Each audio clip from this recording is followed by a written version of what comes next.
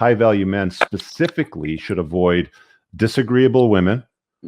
I didn't include that as a specific red flag, but I peppered in, things like single moms and feminists and stuff like that. But unhealthy women that have either, I'm just going to say they're just obese. Something like 60% of the North American population is fat or obese or morbidly obese, but they fall in that category. Men, high value men that are spoiled for choice, that have women's attention, don't want to be with morbidly obese women. They don't want to deal with diabetes. They don't want to deal with a chick that, her knees hurt when she's climbing up the stairs. He doesn't want to be like, tell me, Aubrey, you look like you're a guy that likes a spinner. You want a spinner, right? Come on, work with me. That has to be said. Do actual I believe so. High value men actually date obese women? They do consider them, and I've actually talked to a few dudes that make serious bank. My coaching rate's high. I deal on the top shelf. I'm dealing with entrepreneurs. I'm dealing with athletes. I'm dealing with lawyers, doctors. So I've talked to quite a few men that have gotten involved, high value men that have gotten involved with fat women. And there are problems that come out of that. Addictions too, she's an alcoholic, or she smokes 3 packs of cigarettes a day, or she's got heroin, whatever. Popping pills. Guys, pay attention to these things. The very first thing that you should do when you use her bathroom is open up her medicine cabinet and see what kind of pills she's got in there. Yeah. Okay. Because trust me, she's looking in yours. I don't understand how a man would get himself to be successful, fit, get himself to the highest peak of alphahood, right, if you will, and then pick an obese woman that has drug addiction and smoking problems. Some of the time they didn't have those issues when they met them, but they still tolerate them. You know what I'm saying? Turned out that way. Yeah. Yeah. She popped out a couple of kids and then stopped giving a damn about her figure and blimped out to 300 pounds, right? Yeah. Okay. Your options are get divorced then. Either, leave her with an ultimatum. She doesn't do anything to get divorced. Either that or stay married to a war pig. It's up to you. Yeah. Well, that's the problem too. I hope you have a prenup at that point, because if you divorce, it takes away half. That's the problem with marriage, right? Yeah. Women aren't particularly incentivized to maintain their level of beauty. There's no consequence to exiting a marriage for women these days. So why stay fit if you don't have to? Yeah. So you married a dime. She gets fat. She refuses to lose weight for you. And so you're essentially paying a pig for the rest of your life. It's just, yep. That's criminal. And that should be in court. That should have been a part of the agreement, for a prenuptial agreement. If you get fat, then you have no money coming to it. You got to stay to a certain standard of beauty. Okay, so we're going to turn that into a clip. So that'll be on the clips channel, because that was a great rant. We're also going to go carry on single moms. I shouldn't have to tell you guys, don't cuck yourself. There are rare scenarios where it might be considered, but in most cases, you don't want to burden yourself with that. The unhappy and the unlucky. This was in one of my red flags. I don't know what the numbers are today, but the last time I heard was from some study 7 or 8 years ago. And there was a large chunk of the female population, it was either 1 in 4 or 1 in 5 almost, that are on prescription medications, antidepressants, SSRIs, that kind of stuff. And they're perpetually unhappy and unlucky, and they got to pop these things to try to chill themselves out. And they have all these other issues box wine, smashing back the box wine. This is another big one that I see a lot of, especially when women get over 30 even. Unhappy, unlucky. We got promiscuous women. Again, high value men are spoiled for choice. I said this in my book a few times, and you'll hear me say it on Twitter from time to time, but beautiful women are not a scarce resource out there. There's lots of beautiful women. Okay. There's a lot. Almost every 20-year-old that's not obese or has any, outstanding health issues is going to be beautiful for the most part. There's some ugly ones, but setting that aside, they're going to be beautiful. Promiscuous women are problematic. If women are concerned with what? A man's future. Does he have the ability to earn, preside, protect over her and the family, right? Blah, blah, blah, all that stuff. Can he make it rain? Is he able to solve problems? Is he competent? What do men look at? They should be looking at her past. Where has she been? What has she done with her time? Who has she done with her time? Right? So promiscuity is important. I talk about it in my book as well, because you've got a better chance of forming a healthy bond to a woman. She's got a far better chance, in fact, than you do. Your notch count doesn't matter so much, but she does if she's got a lower notch count over a long term. So promiscuity is something that High Value Men should look out for. You want to try to avoid those women. Feminist women, which, I mean, dude, you live in California. You must run into this all the time. Dude, they're everywhere, bro. And not only feminist women, but I think more along the lines of the beta cuck white knights are everywhere. I mean, there's more of those out here than there is feminist women. Like the guy with the skinny jeans and the man bun. You won't believe the amount of women I've talked to out here. Like, dude, because I'm very honest and open and in your face about. You're from Texas originally too, right? Yes, I'm in your face on social media about how I believe and what I think, and you won't believe the amount of women that come up to me in this area. You know, moms of my kids' school, or moms of their kids I'm coaching for baseball. They'll come up to me like, it's so refreshing to have an actual man that has conviction and values and believes in what he believes in, is not afraid to fucking share it.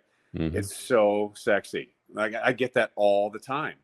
And a lot of these women are married too. That, like, they got kids. A lot of them are married. Are they in good marriages, or have they beta-tized their husbands? Well, I don't think they'd be telling me that if they had a happy marriage. See, that's the funny thing, right? I mean, like, you really do have to watch women's behavior over what they say. You really do. Anyway, so we got feminist women that we've touched on. We got victim mindset. These like perpetually woke women that talk about the patriarchy only earning 74 cents in every dollar that a man earns. Why doesn't a woman basketball player get paid as an NBA star that is an all-star, blah blah blah. Like, all of these narratives, like the whole woke mob, that whole victim mindset means that they have to have an oppressor. Yeah. And guess who that oppressor is going to be, fellas? If she's dating you, it's going to be the man, because that's what they've been told. So you want to stay away from victim mindset women. Boss girl types, which is funny because we talked about this right at the very beginning. But these women that are all hashtag boss girl, it ties into the disagreeableness, right? Like, nobody wants to go and chase excellence all day long and have, fires to put out and people to deal with and bank to make. And then you come home to your girlfriend or your wife and, she's disagreeable. She's the boss girl. There's got to be all these things that have to be done. And guys, don't waste your time on the boss girl hashtag girls. Yeah. You ever date any of those women? No. The minute I smell that, I'm usually out and I'm ghosting them. So it's not really, I'm not really dating them. Now, you're not looking for a woman that's your equal, right? I mean, you're not looking for like some chick that set up the last dating app and has made 60 million in her career too, are you? Yeah, right. She didn't hit no 2-0 slider. Now, have I had fun with some of those girls from time to time? Sure. But the minute, as you know, and many guys out there listening, is the minute you come, you're like, what the fuck? How do I get her out of here? And you're like, how is she going to leave? Oh my gosh, she's sleeping here. And then they're miserable, dude. And then you don't sleep at night. You get a bad night's sleep. And then she's there in the morning. You're like, would she get up? She's sleeping till fucking 12? She's sleeping in. Till 12, bro. Have a fucking life. What do you do? Like, I'm up at 6, ready to go. She's sleeping till 12. How do I get her out of here, bro? It's not worth it. So just jerk off and call it a day. Don't do that. All right. Pet moms. What do you think about these pet moms with, like, 7 cats or 3 dogs and they're all wearing fluffy sweaters? Well, to me, they're not going to be very available for you because they're going to be all about their animals, right? Obsessed. Yeah, obsessed with them. And horse moms are the worst, dude. So I'll tell you a story. My ex-wife, she had a Chihuahua and a Cavalier King Charles Spaniel, the most beta bitch dogs you'll ever see, right? Yeah. And that's why I have a Rhodesian Ridgeback now, who's man. He's 200, almost man's dog, 115 pounds, huge balls. And so anyway, these 2 dogs died within probably a month of each other, right before the end of our marriage. She was a mess for like 2 months. Couldn't sleep, cried every night because the dogs died. And guess what? About 3 months later, we were divorced. I'm like, wow. I mean, it just devastated her. And so, I mean, I'm not saying that's why we got divorced. There was a lot of other things going on there, but that might have been like the final trigger. And she loved those dogs so much, it devastated her for, weeks, months on end. Yeah. I've run into a lot of these like pet moms where they have a virtual zoo in their house. I remember I met this one chick, dude. It was a fucking apartment the size of my office space, the space that I broadcast in. and she had like a chinchilla, 2 rabbits, a bird, 3 cats. Like I lost count of all these things. It smelled like a fucking dumpster when you walk in there. Yeah. And the thing is too, when you date a woman like that too, and just say you really like her, but she's got all these animals and you want to take her on a nice vacation, what do you got to do? Yeah. You got to make sure you get all these animals to their friend's house or to a breeder or do some. Well, there's like something psychologically wrong when a person surrounds themselves with like outdoor animals in their house, like lots of them. Yeah. Like I understand like having a dog, like man's best friend. I get it. Like I'd love to have a dog, but I mean, there's certain things that don't work for me right now, but I get it. Right. But when you like fill that hole in your life with like 7 cats and 3 fluffy dogs with sweaters, and you go to Woofstock, like there's problems there. High value man don't need to deal with that shit. Like, Yeah. I mean, you have options. Okay. And then the last one, which you mentioned when you kind of vet your women with the whole Instagram creep, is the attention-seeking behavior on social media. Does she have an OnlyFans selling pictures of her butthole? Is she constantly posting pictures seeking the attention and validation of other men? You know, if you see that sort of behavior, then I mean, she ain't yours, dude. Like she's marketing herself to the world, right? Yeah. One of the things that blows me away, you must know who Lewis Howes is, right? Yeah. Yeah. So he's dating Yanette Garcia, who is that Mexican weather girl.